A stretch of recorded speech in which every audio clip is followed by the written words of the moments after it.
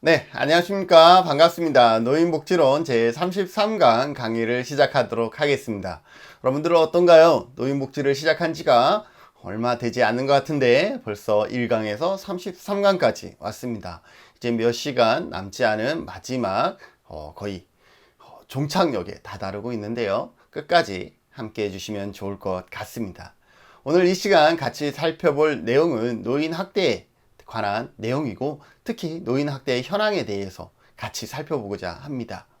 실제로 우리나라 사회 속에서 발생하는 노인 학대의 건수라든지, 또 노인 학대의 가해자의 유형과 피노인 학대의 어떠한 분들이 학대를 받고 있는지, 이러한 다양한 데이터에 대해서 이 시간 같이 살펴보고자 합니다.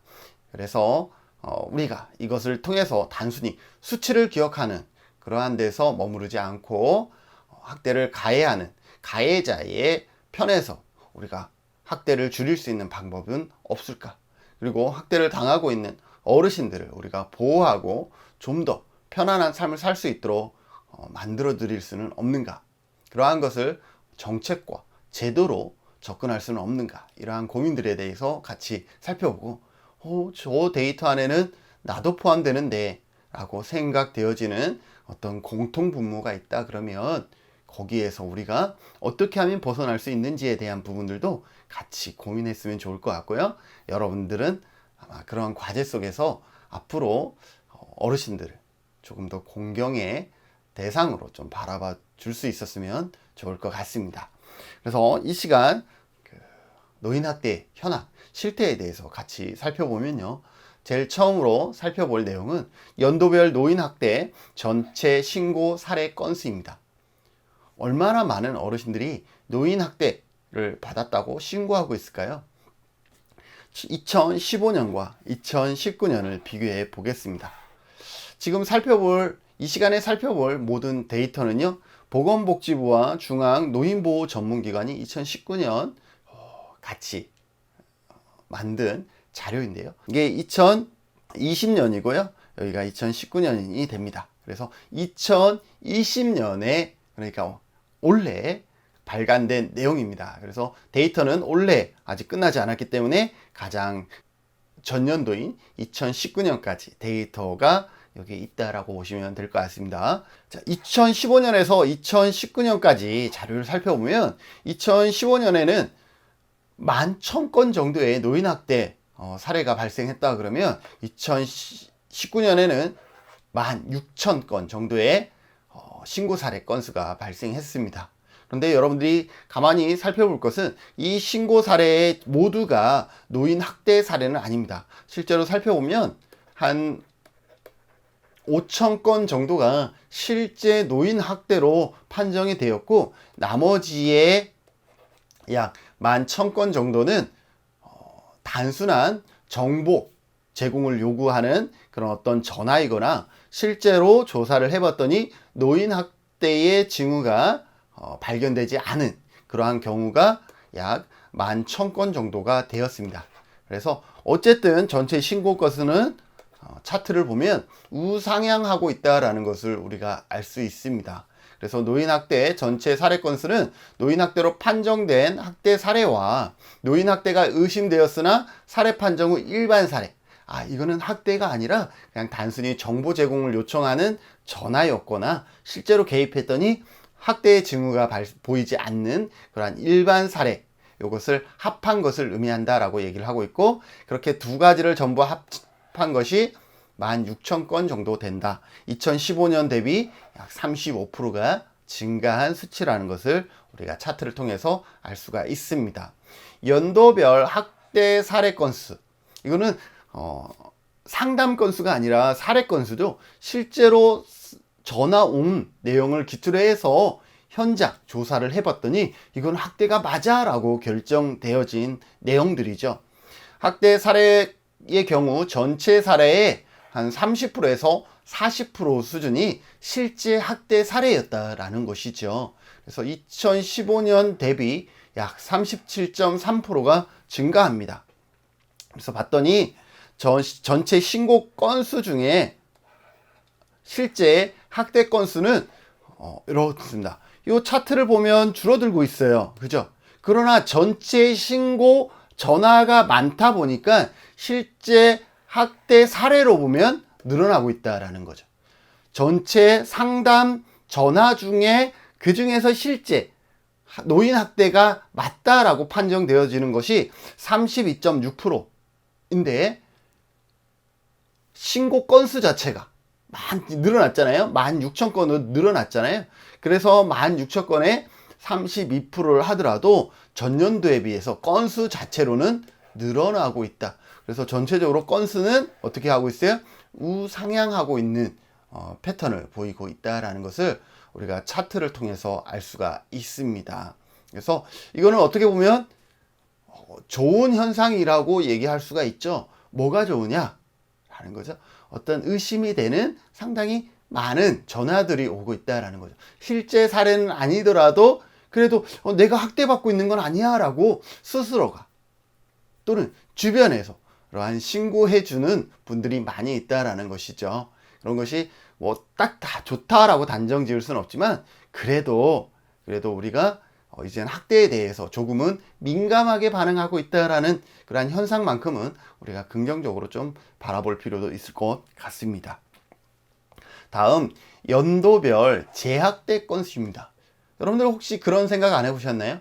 그러면 학대받았던 분이 또 학대를 받는 경우가 많지 않을까요? 궁금하시잖아요. 그런데 어때요? 실제로 그런 경우가 많이 있다라는 것을 우리가 알 수가 있습니다. 학대 사례 중요 재학대 사례는 2015년 이후 계속해서 증가세를 보이고 있습니다. 그래서 2019년 학대 사례 대비 재학대 사례 비율은 9.5%입니다.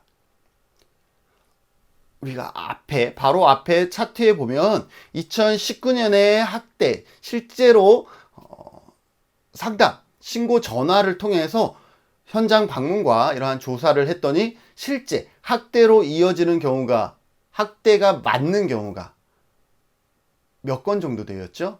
5,000건이 조금 넘었었잖아요. 그 5,000건이 조금 넘는 실제 학대 사례 중에 9.5%, 약 10%는 재학대 사례였다라는 것이죠. 뭐예요? 과거에도 학대를 받았었는데 또 학대를 받고 있다라는 거죠. 이거는 상당히 심각하게 우리가 생각해 봐야 될 문제이죠. 왜? 분명히 사전의 학대의 경험에 의해서 어떠한 조치가 있었겠죠. 어떠한 조치가 있었는데도 불구하고 다시 또 학대로 이어진다라는 것은 우리가 지금까지 하고 있는 조치는 긍정적인 노인 학대를 예방하기 힘든 조치였다라고 볼 수가 있죠. 만약에 그 조치가 정말로 어떤 변화를 만드는 그러한 조치였다 그러면 이렇게 재학대 사례가 10%에 달하지는 않을 것이다 라는 거죠. 교수님 10%면 낮은 거 아닌가요? 어떻게 보면 낮다라고 할 수 있지만 결코 낮은 수치는 아닙니다. 왜?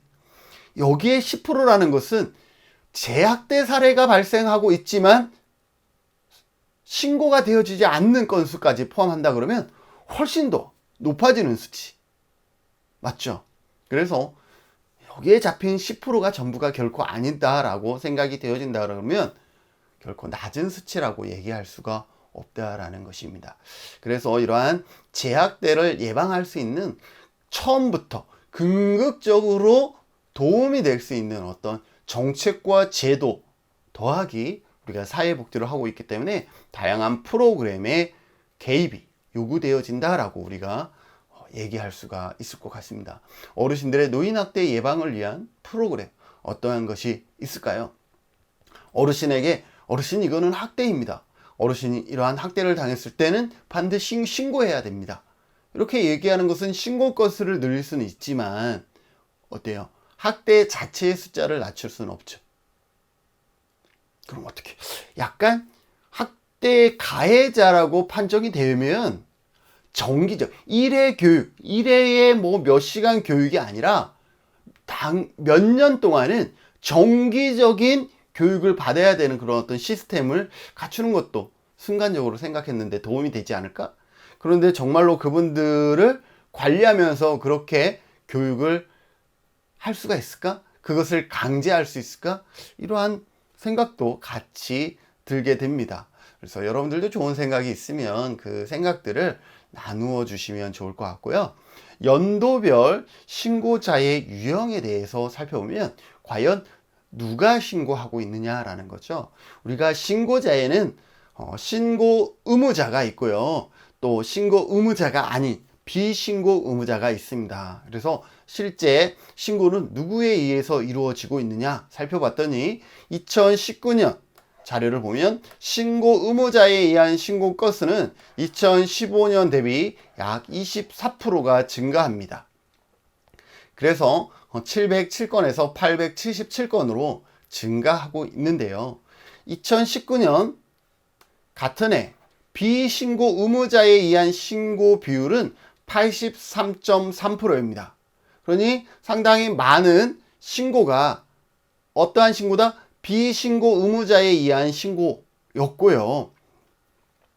타인의 신고 비율은 2018년 타인의 비율보다 1.9% 증가한 반면 학대 피해 노인 본인과 더불어서 친족, 관련 기관 등의 신고 비율은 감소하였다. 뭐예요? 본인이 신고한 비율이에요. 비율과 그리고 친족, 가까운 친족에 의한 신고와 관련 기관에 의한 신고 등의 비율은 감소하고 있는 것으로 나타나고 있습니다. 그래서 차트를 보면 비율이죠. 비신고 의무자의 비율은 이러한 패턴을 보이고 있는데 약간 우상향하다가 우하향하는 패턴들을 보이고 있습니다. 반면에 신고 의무자에 의한 신고는 하향하다가 다시 상향하는 쪽으로 바뀌고 있습니다. 이것은 무엇이냐? 이제는 신고 의무자에 의한 신고들도 늘어나고 있다라는 것이죠. 예를 들어서 신고 의무자라 그러면 우리가 가장 잘 알고 있는 어떤 사회복지시설, 노인복지시설에 종사하는 종사자는 신고 의무자죠. 과거에는 시설 안에서 다양한 학대들이 일어날 수 있는데 그러한 부분들에 대해서 암암리에 덮었다 그러면 이제는 어떻게 하냐? 여러분들 보도에도 보시지만 내부자에 의해서 이러한 학대들이 드러나는 경우도 이제는 종종 있다라는 것을 보면 그렇죠. 신고 의무자는 말 그대로 의무가 있는 사람이기 때문에 이분들의 적극적인 신고가 필요하고 그리고 많은 어르신들이요. 실질적으로 이러한 신고 의무자와 접촉하지 않습니다. 그렇기 때문에 당사자의 신고 더불어서 가까운 친족과 주변 또 관계기관의 신고들이 더불어서 같이 늘어나야 될 필요는 있습니다. 그래서 이거는 비율이기 때문에 상대적으로 이러한 수치를 갖고 있는 것이지 여기 보면 학대 피해 노인 본인에 의한 이러한 부분들이 건수로 치면 줄어들었다라고 얘기할 수는 없습니다. 전체적으로 늘어나고 있지만 상대적인 비율은 그렇다라고 여러분들이 받아들여 주시면 좋을 것 같습니다. 연도별 전체 상담 횟수를 살펴보면요. 전체 상담 횟수는 일반 상담과 학대 상담을 합한 겁니다. 왜? 신고 건수가 들어오면 이분이 학대 대상자인지 아닌지에 대해서 알 수가 없잖아요. 그러면 어떻게 해서 그것을 결정을 하게 되느냐? 상담을 통해서 결정하겠죠? 그러면 결국 상담은 학대를 당하고 있는 학대 상담뿐만 아니라 일반 상담도 우리가 이루어질 수밖에 없죠. 그래서 합한 수치를 보면 어떻게 되고 있어요? 이만큼 늘어나고 있다는 거. 14만 회 정도 늘어나고 있다는 거죠. 그래서 전체 신고 건수 중에 전체 상담 건수로 나누면 우리가 계산하기 어려우니까 적어도 한 10배. 그러니까 수치적으로 보면 한 9배 정도. 그러니까 9번의 상담이 이루어지고 있다는 거죠. 물론 일반 상담은 그렇게 9번까지 이루어지진 않고 또 반대로 학대 상담은 좀 더 많이 이루어지고 있겠죠. 어쨌든 거의 9배에 달하는 상담을 하고 있다라고 보시면 될 것 같습니다. 그래서 학대 상담이란 신고 접수 시 노인 학대가 의심되어 현장 조사를 실시한 후 사례 판정 결과 학대 사례라 판단한 사례에 대한 상담을 의미하며, 일반 상담은 신고 접수 시 노인 학대가 의심되었지만 사실관계 확인 및 현장 조사를 했더니 노인 학대라고 하기에는 어떤 정황이 명확하지가 않고 일반적인 어떤 간단한 정보 제공이나 이러한 부분으로 충분히 해결될 수 있는 상담을 포함하는데, 이 두 가지의 상담을 전부 합해서 살펴본 그런 상담 건수는 이만큼 늘어나고 있다라는 거죠. 이러한 현상은 뭐 좋은 거죠. 상담을 더 많이 한다라는 것은 좋은 현상이기 때문에 우리가 상담의 질을 높여서 적극적인 상담들이 좀 이루어졌으면 좋을 것 같고, 이 상담에는 나중에 어떤 가해자에 대한 상담도 같이 좀 늘어나면 좋겠다라는 생각도 해봅니다. 연도별 학대 발생 장소. 자, 그러면 학대는 어디에서 많이 이루어지고 있을까요? 가정 내 학대가 2019년 4,450건으로 가장 높은 비율을 보이고 있습니다. 이 데이터를 봤더니 어때요? 5,000건에 아까 5,243건인가요? 5,243건인가요? 이러한 실제 학대 사례 중에 장소가 어디가 많다라는 거예요? 집안에서 이루어지는 경우가 84.9%, 85%나 어디에서 이루어지고 있어요? 집 안에서 이루어지고 있다라는 것이죠. 그래서 이런 생활시설의 학대는 어떠냐? 아까도 말했듯이 많은 분들이 어떤 시설에 보내면 학대에 대한 어떤 걱정과 이러한 것이 있는데, 2019년 486건으로 전년 대비 27.9%가 증가했다라고 보고 있습니다. 건수로 보면. 그런데 가정에서 이루어지는 학대보다 시설에서 이루어지는 학대는 10분의 1 수준입니다. 그리고 우리가 지금까지 살펴본 통계 데이터를 우리가 응용한다 그러면 의무자의 신고 건수는 늘어났죠. 그럼 무슨 말이냐? 시설에서는 발생하면 이제 신고하는 형태를 취하고 있어요. 그렇기 때문에 조금 늘어난 수치지만 이 정도예요. 그런데 가정에서는 어때요? 학대가 이루어지더라도 그것이 신고로 이어지는 경우가 상대적으로 줄어들고 있죠. 그렇기 때문에 이 수치는 오히려 더 큰 갭을 보일 수 있다는 것이죠. 그래서 시설에 학대가 분명 있기는 있습니다. 그러나 가정에서 학대가 더 크다. 물론 가정에 생활하는 어르신들이 더 많기 때문에 그럴 수도 있습니다. 그런데 이러한 것들을 우리가 살펴보면서 여러분들은 어떠한 생각을 가지고 있는지에 대한 것들도 자신만의 어떤 사고를 좀 정립하고 그 생각을 갖는 것에서 멈추지 않고 학대를 예방하는 방안에 대해서 늘 마무리 지으면 좋을 것 같습니다. 연도별 학대 행위자와 학대 피해 노인과의 관계를 보면, 자, 둘의 관계는 어떤 관계였을까 살펴보면요, 학대 행위자 중에서 지속적으로 학대 피해 노인들은 노인의 아들, 그러니까 가해자가 아들인 경우가 가장 높은 비율을 보이고 있습니다. 그러니 이 차트에서 보면 아마 가장 높은 이 초록색에 해당하는 부분이 아들이라는 것이죠. 그래서 아들에 의한 학대가 높은데 이렇게 좀 꺾이고 있죠. 그런데 누구가?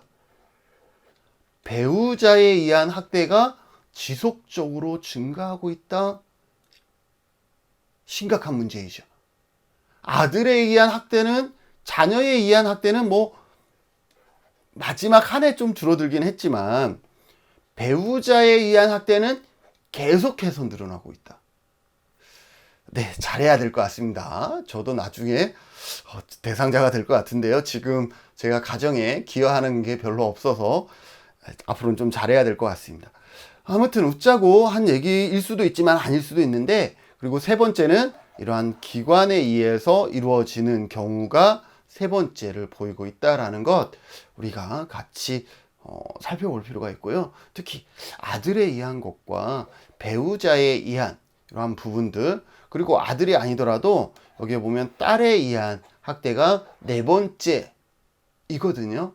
그래서 이러한 전부 다 어떻게 보면 상당히 많은 수가 가정의 배우자, 가정의 아들, 가정의 딸, 그리고 뭐 사위라든지 며느리, 이러한 가족에 의해서 이루어지는 경우가 많기 때문에 그러한 부분에 대해서 우리가 더 고민 좀 해야 될 것 같고요. 연도별 학대 피해 노인의 연령대를 보면, 자, 그럼 학대를 받고 있는 어르신들의 연령대는 어떻게 되느냐라고 살펴봤더니 2019년 자료를 보면 70대가 가장 많은 학대를 받고 있다. 그리고 80대. 자, 그러면 왜 80대보다 70대가 더 학대를 받고 있느냐? 이렇게 누가 질문을 할 수도 있지만, 인구, 연령층이 80대보다는 70대가 더 많죠. 70대보다는 60대가 많아요. 이러한 것까지 같이 고려한다 그러면 70대에서 학대가 더 이루어진다라고, 비율상으로 이루어진다라고 할 수는 없죠. 70대의 노인 중에 학대가 더 많이 발생한다라고 얘기할 수는 없는 거예요. 신고 건수 중에 70대가 많다라는 것이죠. 왜? 전체 노인 인구 중에 70대 어르신들이 많기 때문에 그럴 수 있다라는 거죠. 그러면 70대 자체의 학대가 가장 큰 문제가 아니라 이거는 연령층에서 그런 것이고, 80대 어르신 중에 몇 프로가, 그리고 90대 이 어르신의 몇 프로가, 왜 100세 어르신은 왜 이렇게 적어요? 100세 이상 사시는 어르신 자체가 작기 때문이잖아요. 그래서 그러한 부분들을 우리가 두루두루 이 통계 데이터를 분석할 때에 적용할 수 있어야 됩니다. 아셨죠? 그냥 보이는 이 수치로 봐서 70대가 왜 이렇게 학대가 많지? 라고 하시면 안 되는 거예요. 70대 어르신이 많기 때문에 상대적으로. 그러니까 60대가 그러면 더 많잖아요. 70대 어르신보다. 그런데 낮다라는 것은 60대는 정말 낮은 거예요. 상대적으로. 어르신이 많은데 비율이 낮은 거잖아요. 그런데 70대로 가면 달라지고 있다라는 거잖아요. 그래서 이러한 부분들에 대해서 우리가 고민해 보셔야 될 것 같고, 연도별 학대 행위자, 그러면 학대를 가하고 있는 사람의 나이대는 어떻게 되고 있느냐라고 보시면 여기에 놀랄만한 사실이 있습니다. 가해자의 나이인데 70세 이상이 가장 많다라는 거예요. 그러면 누구에 의한 학대가 늘어나고 있다라는 것을 우리가 알 수 있죠. 맞아요. 배우자에 의한 학대가 상당히 많이 증가되고 있구나 라는 것을 알 수가 있죠. 여기에서 50에서 90세, 이분은 배우자가 아니라 아들이나 딸인 경우가 많겠죠. 여기에 노란색까지 합쳐서요. 그래서 지금은 정말 이 부분에 대해서 우리가 고민을 많이 해야 될 것 같습니다. 어떠한 고민요? 배우자에 의한 학대가 계속해서 증가하고 있다는 것. 배우자에 의한 학대가 계속해서 증가하고 있어요. 그러다 보니 학대 가해자의 연령도 어떻게 되고 있어요? 70세 이상에서 다른 어르신을 학대하고 있다라는 거예요. 그래서 이러한 부분들에 대해서 우리가 심각하게 고민을 해서 어르신들은 왜 부부간 학대가 이루어지고 있느냐? 그게 돌봄의 어떠한 부담 때문인지, 아니면 경제적인 부담 때문인지, 다양한 외부 요인에 대한 스트레스가 배우자 학대로 이어지고 있는 것인지, 이러한 부분에 대해서 우리가 관심을 가져야 되겠습니다. 연도별 학대 유형, 건수에 대해서 살펴보면요, 우리가 다양한 학대 유형이 있었죠. 신체적 학대뿐만 아니라 방임에 이르기까지, 유기에 이르기까지 다양한 학대가 있었는데, 실제로 2019년 학대의 비율을 보면 이쪽 부분이 가장 높죠. 그래서 이쪽 부분이 봤더니 정서적인 학대였습니다. 그래서 가장 학대 중에, 노인 학대 중에 가장 높은 학대는 정서적 학대였고요. 그 다음이 파란색이죠. 파란색은 신체적 학대입니다. 신체적 학대가 높습니다.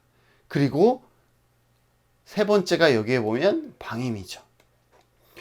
교수님, 제가 생각했을 때는 언어적인 학대가 컸을 것 같은데 신체적인 학대가 크네요? 네, 여러분들은 어떻겠습니까? 여러분들 주변에 학대의 정황을 살펴볼 때 신체적인 학대는 누가 봐도 학대라는 것을 우리가 판단하기가 쉽고 신고했을 때 그것이 학대 사례로 판정되는 경우가 많겠죠. 그런데 어떤 정서적인 학대, 이 부분은 많은 것들이 포함되어 있는데요. 학대이긴 하지만 신고 건수가 적어서 이 정도라고 생각하시면 어떨까요? 더 많은 언어적인, 심리적인, 사회적인 이러한 학대들이 있는데도 불구하고 그것이 외부 사람들이 봤을 때도 좀 심하다라고 하지만 그것을 근거로 신고하기도 또 모호함이 있을 수 있잖아요. 그러다 보니까 결국은 이렇게 신체적인 학대의 비율이 상대적으로 높지만 그렇다고 신체적인 학대가 전부가 아닐 것이다 라는 것도 우리가 같이 고민해 보셨으면 좋겠습니다. 자, 그래서 2019년 보면 정서적 학대가 42.1%고 신체적 학대는 그렇고요. 방임도 741건으로 세 번째로 높다라는 것을 알 수가 있습니다.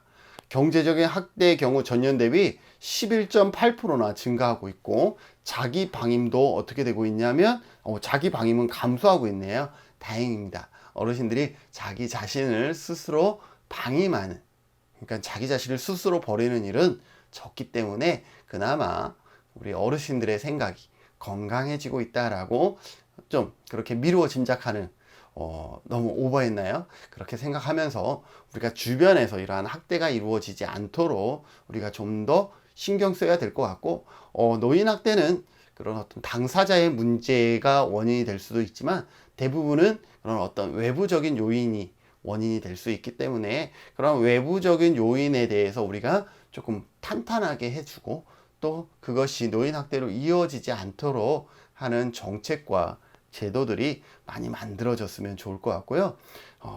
마지막입니다. 연도별 학대 피해 노인의 치매 정도에 대해서 살펴보면 우리가 앞 시간에 그런 어떤 스트레스 이론이 있었는데 스트레스를 받는 것이 자기가 가지고 있는 자원과 비교해서 스트레스의 강도가 더 세면 이것이 결국은 내 인식이 힘들다로 바뀌어서 결국은 학대로 이어진다 라고 얘기가 되어졌었는데, 그리고 맨 마지막에 어떤 병리적인 요인도 있었죠. 가해자의 병리적인 요인으로 노인 학대가 이루어지는 경우가 있었다 그러면 또 피해 노인의 병리적인 요인으로 학대가 이루어지는 경우도 있다라고 얘기를 했는데, 치매 정도를 살펴보면요. 2015년 대비 34.1%가 증가한 약 1,300건이 치매 진단을 받았거나 치매가 의심되는 상태였다라고 얘기를 하고 있습니다. 우리나라의 노인의 치매는 계속 증가할 수밖에 없습니다. 노인의 연령대가 고령화되면서 증가할 수밖에 없기 때문에 이것을 우리가 미연에 대처하지 않으면 더 많은 어떤 학대 사례의 원인이 될 수 있다는 것도 우리가 조심스럽게 생각하시면서 그러한 부분에 대해서 우리가 고민을 많이 했으면 좋을 것 같습니다. 네, 이번 시간에는 노인 학대의 현황에 대해서 보건복지부와 그리고 중앙 노인학대 예방센터 노인보호 전문기관에서 같이 발간한 자료를 기초로 해서 살펴봤습니다. 다음에는요, 마지막 챕터입니다. 고령 친화 산업에 대해서 같이 살펴보고 노인복지론을 종강하고자 합니다. 이번 시간에 수고하셨습니다. 다음 시간에 뵐게요.